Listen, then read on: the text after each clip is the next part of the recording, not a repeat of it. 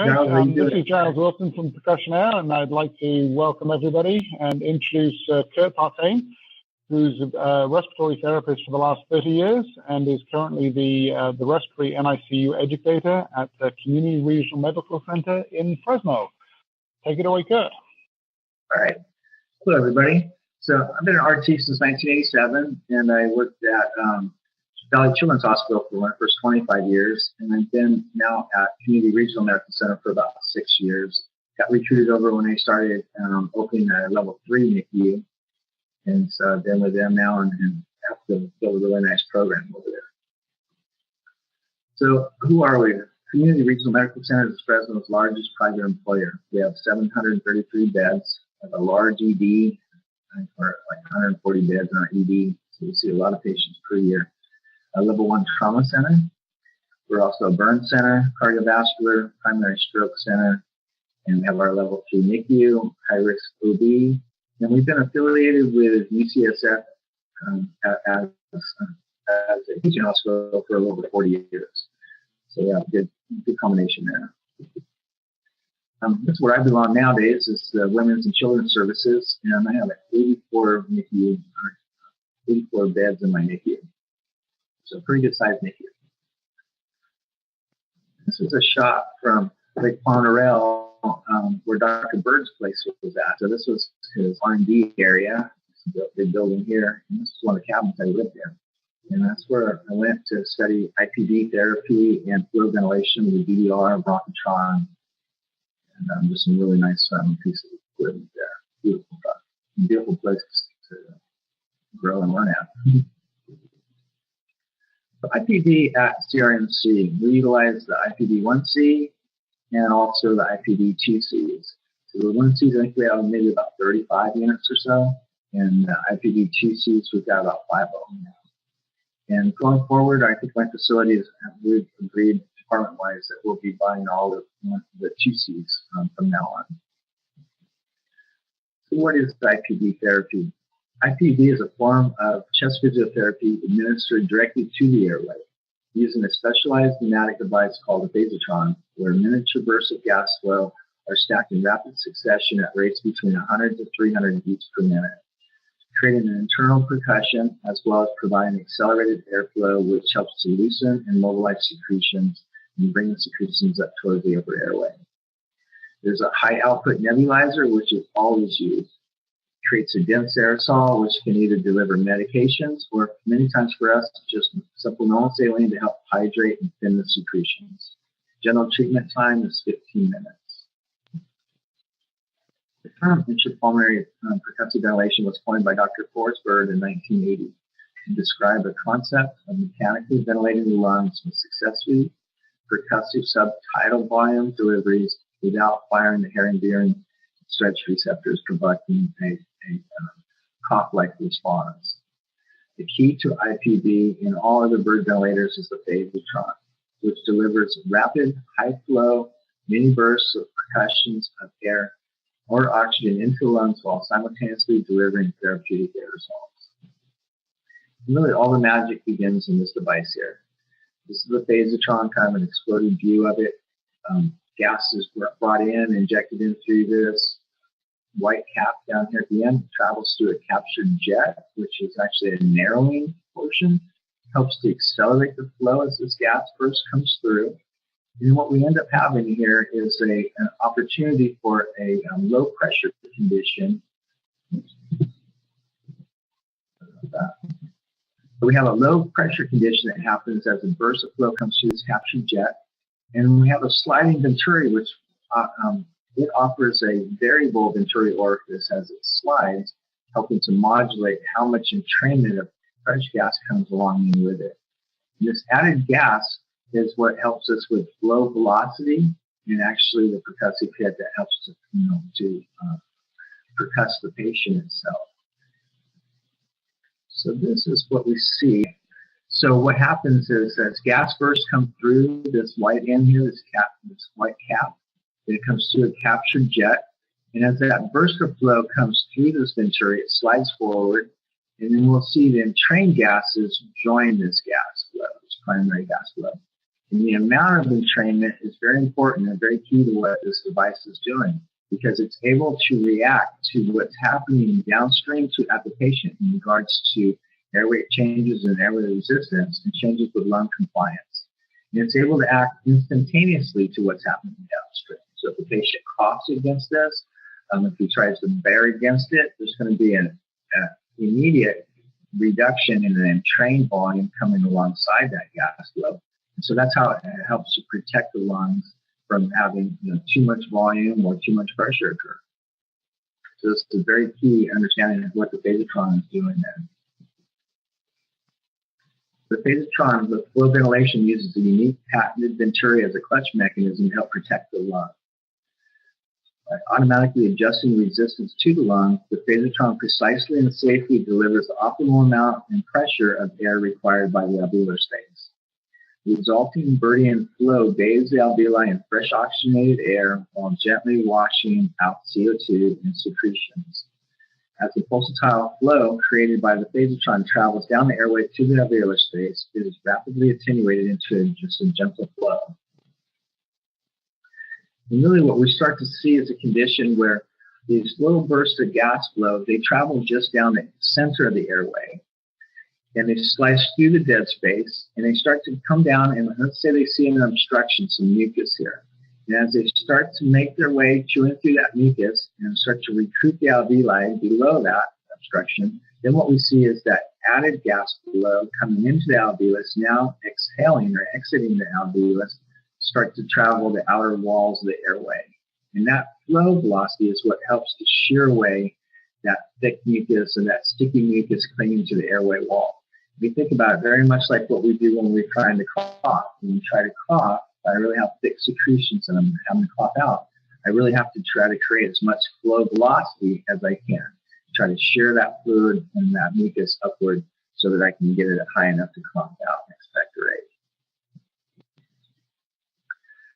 As a tiny percussive burst of flow are propagated throughout the lung, pressure oscillations help to change the rheology of the mucus, aiding and shearing the sticky mucus formed from the airway wall. The added flow velocity created by the phasotron helps to move the secretions toward the upper airway. And we call this autocephalous flow.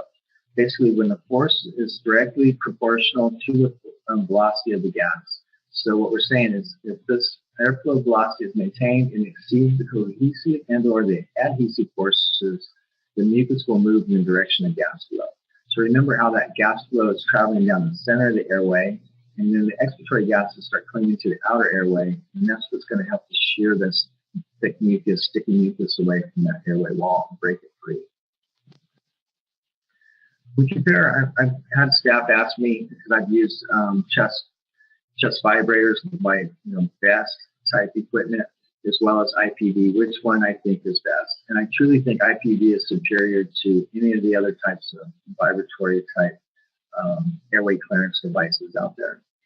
IPV, what we need to remember is that it creates a positive transrespiratory pressure by injecting short, rapid inspiratory flow pulses into the airway opening and relies on chest wall elastic recoil for passive exhalation. So we're always continuously building this positive flow, just little bursts of flow towards the lungs, towards the alveoli, start to recruit the alveoli, and then start bringing the secretions outward with this flow velocity that's similar to us creating a cough. But we know we can't make the cough continuous throughout a whole minute's time. So let's think about it. If we're at the low rate, we may have 150 beats per minute, high rate 300 per minute. That's 300 opportunities or 150 opportunities of maintaining that flow velocity to really work and propagate these secretions outward. Well, let's look at the chest wall, vest style type vibrator. Basically what this does is the chest, the vest itself encapsulates the thorax, right? And then air pressure is generated into the vest out of vibratory-like type oscillatory effect. But this creates and generates a negative respiratory pressure by compressing the chest externally to cause short, rapid expiratory flow pulses. So imagine somebody giving you a bear hug and squeezing you real quick. It does create some expiratory flow, but the velocity of that flow is much dampened compared to what we can see with IPV. It's just not as effective. the chest, the vest still relies on chest wall elastic recoil to return the lungs back to FRC, but it's completely different than what we're trying to establish with IPV. And one of the things that really makes the vest more at a disadvantage is we got to remember that we're creating all this percussion on the outside, and we're having to make this percussive energy transfer through the thoracic cage, through the bone, muscle, and tissue, and through the fluids in the thorax.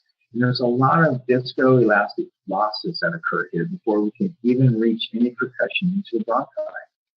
This energy absorption by thoracic structures approximately equals about 90% loss of what we see on the outside. So we see a great amount of work occurring on the outside, but really effectiveness, clearancing of secretions on the inside is quite dampened. We have also the need of multi-size garments, right? So we have a problem with this, just having have more equipment on the shelf to supply different types of patients, different size patients. Also, we do not have any CPAP availability there. So if we have patients with premature small airway closure, we're unable to really get this type of patient to unobstruct because we're not providing CPAP to maintain their airway patency. So there's just really no way that this is as effective as IPV. The goals with our goals overall are airway clearance, lung recruitment, improving FRC, improving chest X-ray, improving air entry and breath sounds, decreasing FiO2, decreased work of breathing, preventing intubation or reintubation, and facilitating long-term liberation from mechanical ventilation. Some other goals are mobilizing pulmonary airways congested by secretion retention, mucosal and submucosal edema and bronchial spasm, creating a bilateral uniform condition of alveolar ventilation for enhanced oxygen uptake and carbon dioxide elimination, improving the V-key match and therefore blood gases. Mechanically mixing intrapulmonary gases through diffuse intrapulmonary percussion. So if you think about it, what we're doing with this is we're putting a lot of kinetic energy into the gas molecules, and we're helping to enhance gas diffusion from an area of high concentration to a low concentration just by enhancing simple Brownian motion. A lot of times I'll tell my physicians, if you want your tea sweetened, hot tea sweetened, you could dump a little teaspoon of sugar into that tea, and eventually it will dissolve and be sweet. But you want to drink it now, so what do? You agitate that water, right? You agitate that tea real quickly with a spoon, and you enhance the rate of diffusion of that sugar. So we're basically doing the same thing with gas molecules here. We're providing a major periodic convective tidal flow to help wash out CO2 and cleanse the lungs free of debris. Back up to this first thing up here. Even patients with pulmonary edema, I have patients that babies with TT and transient tachypnea of the neonate, where their lungs are just added wet, haven't really cleansed their lung of the fluids and stuff during delivery. And those types of patients will get them to mop up really rapidly with IPV therapy because we end up with a kind of peristalsis type effect into that lymphatic system that help propagate that fluid and actually eradicate the pulmonary edema and improve the condition. Patients who will benefit from IPV.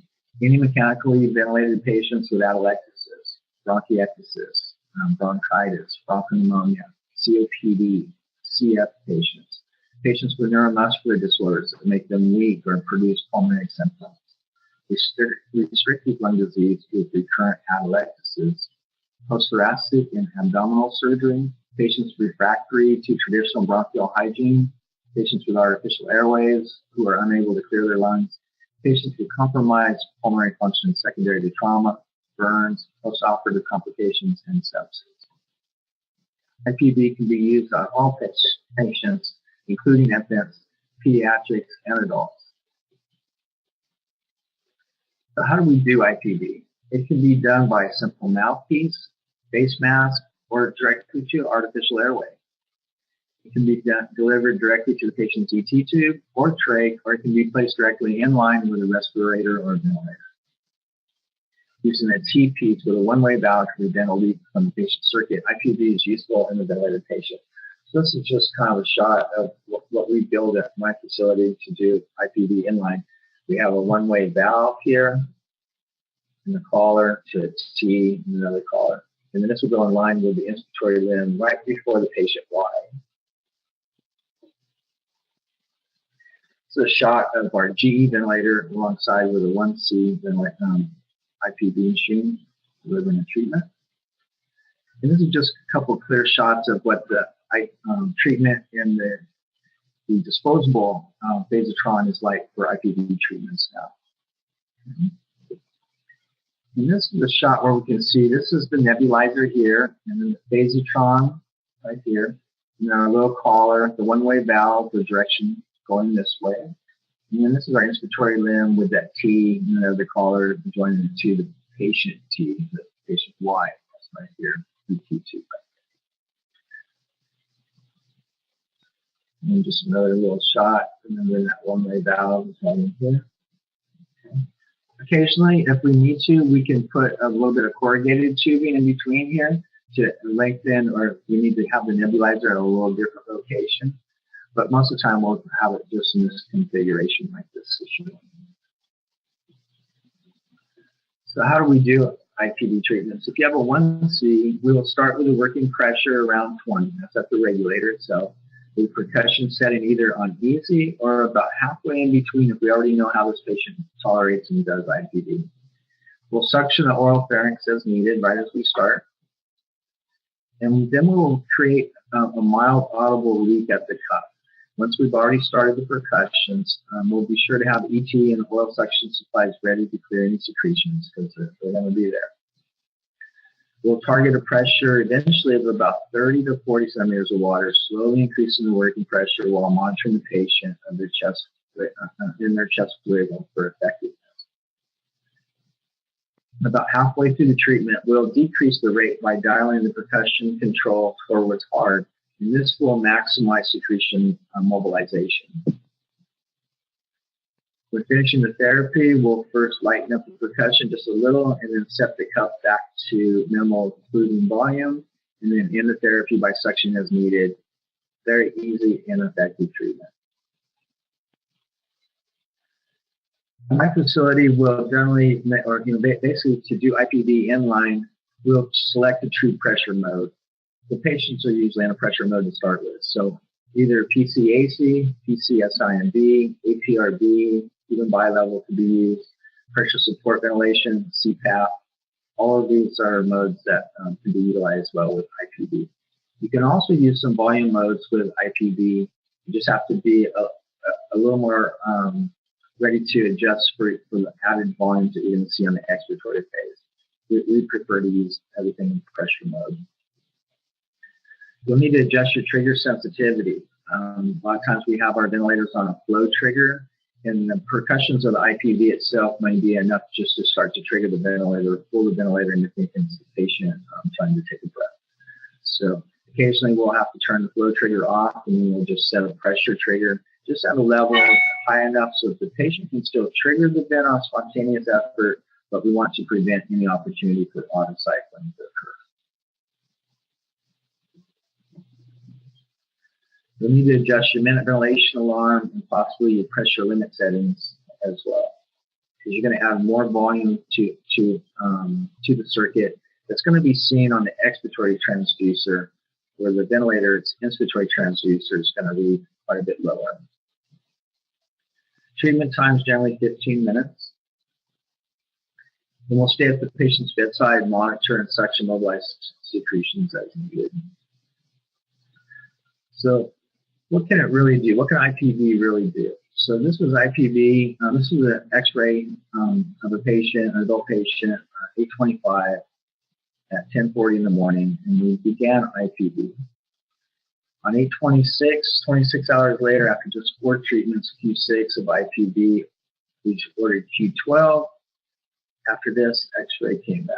So quite an improvement here on lung aeration. And you can just picture how much better ABG or FRG requirements are with lung clearing like that. There's another patient back on 6:25. IPV started at 18:40 with an X-ray looking like this. And on the 27th, after about 36 hours of Q6 treatments, 6 treatments total, X-ray already improving, and looking like this. Another good improvement with IPV. These types of things are really not unique. This is what we see, maybe not always as dramatic as some of these slides, but we always see improvement with FiO2, the aeration of the lungs, breath sounds, and secretion removal. Very dramatic. Look at this X-ray, pretty socked in. IPV was started on January 1st at 2200. On the 3rd, about 28 hours later, only 5 treatments total. X-ray has improved to this level. IPV started on January 17th at 7:30. Really socked in on the left side here. Very little lung recruitment on the left side. After 3 Q4 treatments and 2 Q6 treatments, X-ray on the 18th at 8 a.m., just a little over 24 hours later, is looking like this. So we'll still continue this now, Q6, on these treatments, and look for further improvement. We'll continue the treatments until the FiO2 is down closer to 21 of patients who are graded from the ventilator. What's the difference between the IPV1C and the 2C? So what we see with the 1C is that our controls are more basic. So we have our operating pressure, and this is going to actually be our source pressure. It's going to help to, if I go up on this, will actually make the PIP a little bit higher, right? But I also have another control here that's between easy and hard, the percussion. So this changes the rate of percussions and also how hard the hit is too. But the working pressure is really another thing that changes or alters my PIP and gives me modulation and control there. I have a master on-off switch, a manual inspiration button here, and then these are the connections for the circuit itself, all color-coded so there's no easy way to make a mistake. The 2C offers a few more controls. Basically, I have my operating pressure, my working pressure, and I'll set that on my babies like about 25 or so. On the adults, will be about 30 starting. And then from that point on, to really have fine control of what my PIP is, of my percussive pressure and flow, I'll be adjusting my oscillatory flow here, my pulsatile oscillatory flow. And that's what's going to create my PIP. I also have the ability to have some demand flow, some demand CPAP flow. And this would be almost a little bit like what pressure support is. This is very good in my population with the neonates. To add just a little bit of flow, positive flow towards the patient, because the tiny babies have a harder time trying to draw flow through that phasotron if you're not percussing already. So what we'll do is we'll set up maybe about 2 centimeters of water pressure of demand flow, and then we'll get it percussing just a little bit against the gloved hand, and then we'll go on to the baby's face. I also have independent control of my I time and my E time, which I could effectively change my I ratio with a little bit here. But for us, what we'll do is we'll start off with the controls at the 9 o'clock position, which will give us about 300 rate range, and then we'll end with the controls about halfway through the treatment. We'll dial them up to the 12 o'clock position. Just slow down the percussions at about 150 or so. The main things with this box here is that for my tiny patients, I have more modulation of control, so I can really dampen out that percussive hit, so I can make it more soft for my tiny babies. And I also have quite a bit more power overall. If I had a very sick patient that's on higher settings, maybe peaks greater than 10, something like that, and higher PIP needs, that this box here can support that patient more effectively and deliver a more therapeutic type therapy. Going forward, we as a department have made a determination that the future purchases of IPV machines are all going to be 2Cs because we can use them in every population and even into our sickest adults. There's a new multimeter that can show us our pressures, much nicer than what we see with the old mechanical manometer. And so we've got a big upgrade there that can also read our high rate and our mean pressures, fit and peak. And just want to talk a little bit about some other ways that we're using IPV personally in my NICU, some emerging non-invasive support utilized in the NICU. In reality, for the United States, There's not really any NICUs that I know of that are routinely using IPV therapy in the NICU. There's some facilities that I've used it on some larger babies sporadically here and there, but really nobody has deployed it universally like I think what we've done at my hospital. And we're having just great results with it. We've produced an abstract paper, and first up what we wanted to look at was safety and efficacy of IPV in neonates. And so we actually produced a paper on that and have that out, and we submitted that to, let's start about this first. One thing that we've seen is we report all of our data to the state, and at the end of the year, a few months after the end of the year, all that data comes back and we're compared to other different facilities. And they also look at all of our practices and report what our chronic lung disease rate was. So in 2014, we had no IPV available. And in 2015, I think it was February 16th or so, we started IPV therapy in lung disease. What we saw was we compared both years is we had a very similar number of patients, 200 in 2014, 217 in 2015. So we had a few more patients in 2015. Antenatal steroids were about the same. IVH, grade 3 and grade 4 bleeds. We had one patient additional that had a bleed, but when we looked at cohort groups between 2014 and 2015, we also had a good number of patients that were quite a bit lower gestation and lower birth weights as well. We looked at ROP, no changes there, no changes in pneumothorax. These things here are probably the main things that probably have kept a lot of facilities from trying IPV in the neonatal population. Worried about the head, having a bleed, maybe pneumothorax occurring. And you see no differences or any problems to worry about there whatsoever. But what we did see is a giant difference between our chronic lung disease rate. For about 3 years before 2014, the last 3 years total, we were like 30, 29.2, 29.5%, so averaging right about 30% on our chronic lung disease rate. And that's actually quite respectable. I'll tell you that at my facility, as far as compared to the 80, I think there's 83 or 84 other NICUs in California, that we actually see the most babies that are less than 1,000 grams at birth. And when we get less than 750 grams, even a further degree where we're an outlier of seeing the most of any other facility in my state. So the expectation for chronic lung disease would be greater due to those earlier gestation and tiny small babies, little micropreemies. But what we've seen, though, was actually about a 42% improvement by dropping from 29.5 to 17.2% chronic lung disease rate. We also looked at patients, was there any changes in ventilation, how percentage of kids that got ventilated, didn't see any big changes there. Intubated in the delivery room, 68% versus 66%. Surfactant being delivered, also very similar between both cohort groups, 2014 and 2015. Being intubated less than 4 hours, we are quite aggressive at getting these tubes out of our babies. And so seeing just very little change in those practices whatsoever. The only real differences overall was there IPV treatments available or not. In 2014, up until that point, we never tried any IPV in our unit. And in 2015, as of February 16th, so not even a full year of 2015, is when we established the beginnings of our IPV therapy. So in 2017 ARC, we submitted our abstract, and what was accepted as an abstract and poster at the ARC. And this was a picture of our poster. I think Owen's got a copy of that, so hopefully we can show that to you if you'd like to read the fine print in it. It's hard to see on the screen. But I'm very proud of what we've done with this and the improvements that we've seen in our data.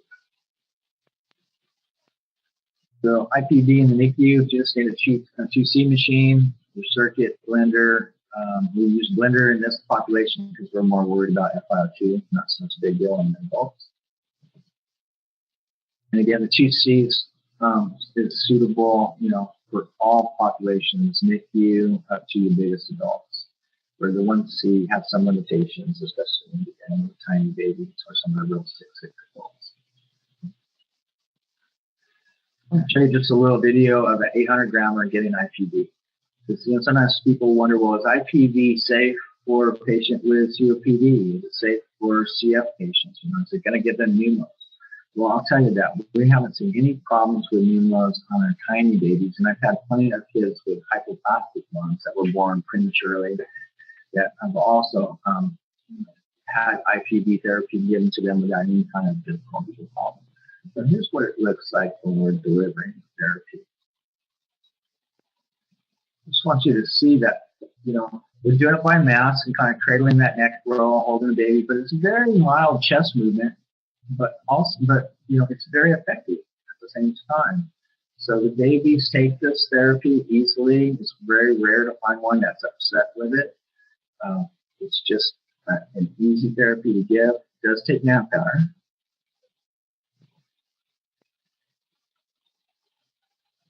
And these shots here just kind of show the motion on the manometer during the treatment.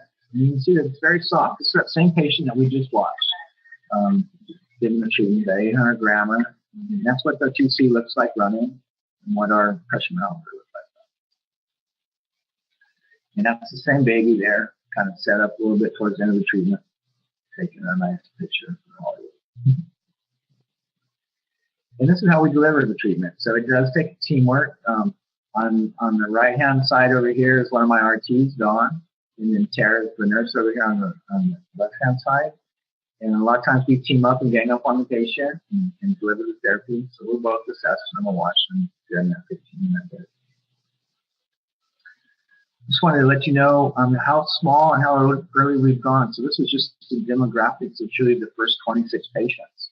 We had gestational age down to 23.4. The baby that we see here that was 300 grams was actually born at 377 grams, but lost some weight during the first week or so of birth, after birth, and actually got down to 300 grams. So that's our smallest patient that we've ever had delivered IPV treatments to. And similar to the adults, we've seen some big improvements, repeatedly. This is not something rare when we're looking at our patients. This was a 27-weeker weighing 1,100 grams, received surfactant, was extubated after 1 hour to bubble CPAP. It's 21%. On day 14, though, was taking a few steps back. FiO2 was creeping up to like 30%, so we increased the bubble CPAP to 6. We also run what we call a HERO score that tracks heart rate and what's for problems with the patient kind of struggling and having difficulties with heart rate variability. A score of 7 is as high as it can go. 0 is like the more healthy infant, so the lower it is, the better. IPV was ordered Q6 on day 14 of life. And on day 18, 3 days later of Q6 and 1 day of Q12 treatments completed, FiO2 had gotten down to 21%. We weaned the bubble CPAP back to 5, and HERO score was on its way down. And this was the patient's X-ray there on day 16. 25-weeker, 705 grams, received surfactant, was extubated after 4 hours to bubble CPAP of 5, 21% initially. But at day 9 of life, FiO2 was creeping up to about 35%. So we increased the bubble CPAP once. That probably went to 6 initially and then up to 7.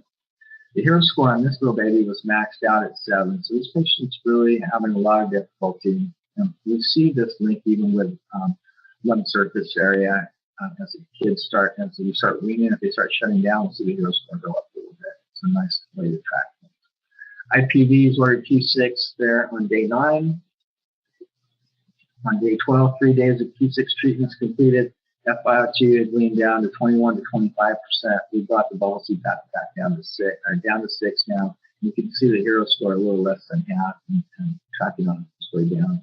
The next ray looking like this. That's just after 3 days of treatment. Another baby, 26-weeker, weighing 620 grams, received surfactant times 2. On day 6, FiO2 was up to 48%. HERO score creeping up was at 1.85. This baby had always been intubated, so was still on a ventilator on our GN 500 with a volume guarantee of 5.5 cc's per kilogram. We're reaching PIPs of 18 to 25 on average to deliver that tidal volume. Peaks 5, rate of 40 at 10.28. We started IPV Q6, ordered, look at that right upper lobe, how socked in that is, for right upper lobe, and increased PIPs on day 6. After 4 IPV treatments, right upper lobe was resolved on X-ray, and on day 7, FiO2 was down to 30%. Hero score down to 0.89. The dent settings were still the same overall in the volume setting at 5.5 cc's per kilogram, but what we saw was now it was only taking PIPs of 14 to 18 to deliver that same kind of volume. So quite a bit of resolution, and that's what the X-ray was looking like. So look at that right upper lobe, it's all cleared up. Quite a bit better aeration. So in summary, in my NICU, we started treatments February 16, 2015. We order them on any infants requiring oxygen, no matter what device they're on, we'll try to get them to room air. Ordered Q6, then moved to Q12 and Q-day until patients in room air. Generally, it's ordered for 1 week's duration, but most of them are ending like about 3-4 days into that, maybe 5 days into that. We've seen infants reduce 21% FiO2 in as little as 24 hours. We had no changes in morbidities or mortalities between 2014 and 2015 data. And the chronic lung disease rate in infants less than 29 weeks gestation was reduced from 29.5 in 2014 to 17.2 in 2015, which is really a 42% overall improvement. In reality, it's kind of like seeing is believing. It's the same way for my DDR, another Dr. Bird's devices that use the phasotron. You've got to see these devices work to really understand how effective they are. And once there's more eyewitnesses out there, it's easier and easier to sound like I do, where you just really love the therapy and you love the device. And this was a shot back from Dr. Bird's place with the sun setting. It's a beautiful lake there. Lovely place to live. And that's my presentation for you. So I'll be open for questions and see if there's anything more I can help with. They were asking about a heroes. It's really unique and neat technology. One of my neonatologists was actually in a fellowship at Stanford, and they were experimenting with this technology some years ago. So when he came, we ended up being one of the early sites to adopt this. And like Owen was saying, initially it was to try to maybe get early signs of sepsis. It's looking at heart rate variability and alterations in heart rate with a very elaborate algorithm that they developed. And so initially, we're looking at this monitoring was doing a good job of maybe finding indicators and patients to screen for some early signs of sepsis. But we truly have found over time now that even on patients that start having atelectasis and start losing FRC and having some more problems with, say, spells or something like that, that we've utilized it now to even monitor our patients as we wean. Once we wean the vent, or even as we wean bubble CPAP, maybe from the patient's been looking good, 21%, pressure at 6, and we drop to 5 because we're getting kind of bold, felt like the kid's doing pretty good. Then I'll tell my RTs now, and they're very good at it. They'll watch that hero score. If the hero score starts creeping up a little bit, then they'll start really scrutinizing, has my FiO2 crept up some too, or is there any other thing that makes me feel like maybe the baby's losing a little bit of ground here FRC-wise?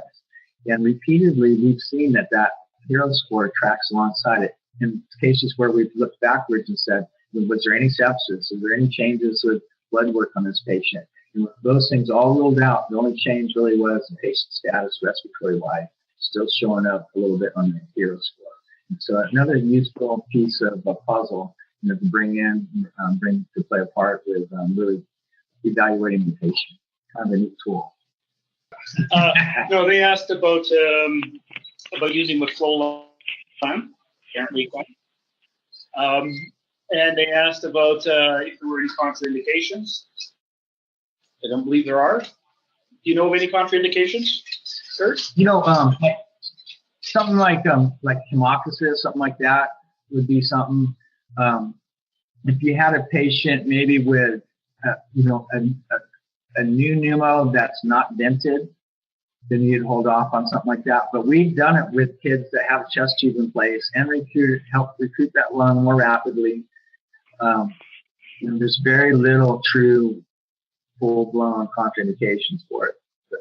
The Phasotron is so unique at its ability to react to the patient. Like, remember, it's the same Phasotron, the same device, whether it's my 300-gram patient or maybe a 350-gram or 350-pound adult. So all the reactivity in that sliding venturi and what occurs in this device here is so dynamic that it can go to the tiniest patient right directly to the largest patient. With just small changes in settings at the box with the exact same device itself. So very neat setup. In my, since I'm in the NICU and immersed in it all the time, I get to see the compliments from the physicians and x-rays shared to me. Like, look at this. Oh my God, I can't believe that. It's amazing what kind of improvements it can make. And it's not real hard to find it in pediatrics or adults either. It's very, very effective therapy. And I think it truly is superior to anything else that I've come across. That secretion removal and gentle lung recruitment without causing problems. I was going to mention to this group is that we have our IRB now, and so we're just starting the work to go back retrospectively and look at all our patients. So there'll be a paper in the future in the NICU on this. But about maybe 4 or 5 months ago, we took a count to know how many individual treatments had we delivered in my NICU, and at that point we were a little over 5,000 individual treatments delivered. So as far as it being safe for patients with hypoplastic lungs for my babies, or even like tissue type paper lungs for COPD and CSF patients, the technology is there that it is so safe for any of those. It's just amazing to me. Did you hear that, Kurt? Or yeah, I think a little bit. So how does this correlate with decreased ICU days, decreased time on vent, and all that, right? And it does translate into that. So sooner we can recruit the lung, get the lung cleansed of debris, the more healthy the lung can act and operate. So it's not obstructed, doesn't have these areas of microatelectasis and this homogeneous disease going on now, or non-homogeneous, I mean. More of a heterogeneous type, lung disease. The more that we get the lung cleansed and legitimately recruited, the quicker every day of the week we'll get that patient off a ventilator or out of that ICU. It just translates that easily to it. It's just the way it is. Thank you so much, everybody that came. I hope it sparked some interest, and I'm very enthused about what we're doing at my facility. If you're ever in California and you want to stop by or something like that, give me a call and we'll give you a walkthrough and show you what we're doing. I've had quite a few other facilities from California come and visit, and we love the attention, love the chance to share.